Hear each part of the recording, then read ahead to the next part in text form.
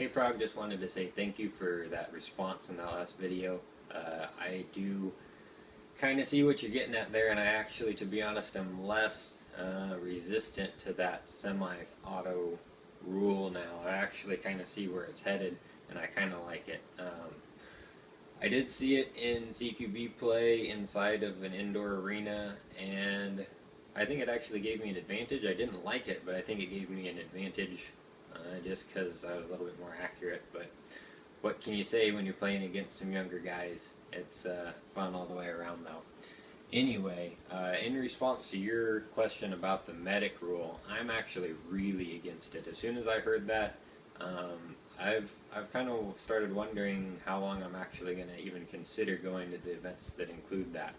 Now, for realism's sake, yeah, it's great, but if I get shot in the head, I'd technically just be left there. I'm not going to get drug out. You know, I'm dead. You don't need to drag me. Or why do we put bandages on people's arms when they get shot in the leg? I mean, there's different scenarios that aren't as real, but then they try to make it real by dragging you, and I don't quite see the reasoning there. Part of the thing is, a lot of us wear gear. I know myself. I mean, other people wear the real stuff. I've chosen to go a little bit of a cheaper route, and I know that my stuff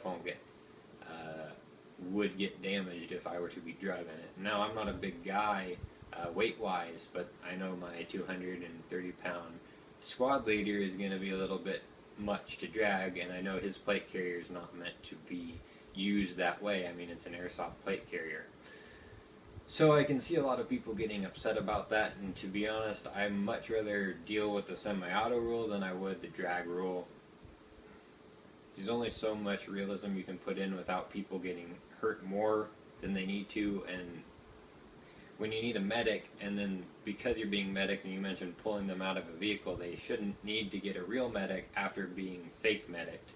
And I see this as an issue coming up possibly. Now, it may go really well. I'll see the feedback when it starts coming back from more events. Granted, I don't make it out to as many events as I'd like, but we'll see how it goes. But yeah, if you ask me right now, I'm against it, partially because I really hate other people exerting force on me to pick me up. It just makes me uncomfortable, plus all the different plates and the mags and the guns that are going to get broken in the process. I just don't think it's worth it. So there you go. That's what I have for you there. I won't be able to say anything much better than that until I actually go to an event with it. So take that with a grain of salt. My question to you, though, is let's shift away from the rules here and kind of move more towards helping the newer players out.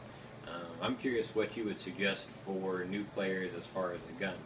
People ask me all the time, what's the best starter gun? I usually say don't buy anything under $150 because it'll be crap. Granted, I did buy a JG AK-47 and it lasted me 6 years, so there are a few here and there, but I said in general, even as a starter gun, don't spend anything less than $150. So I usually suggest the G&G combat machine, the Raider is the one I like, or JGS system sometimes. And then if they're willing to spend the $200, $190, I always say KWA, one of the Mod 1s or Mod 2s. But I'm just curious what you say. You might have a different experience as me. You might have tried 100 other guns. I know you own a lot of them. Don't lie to me.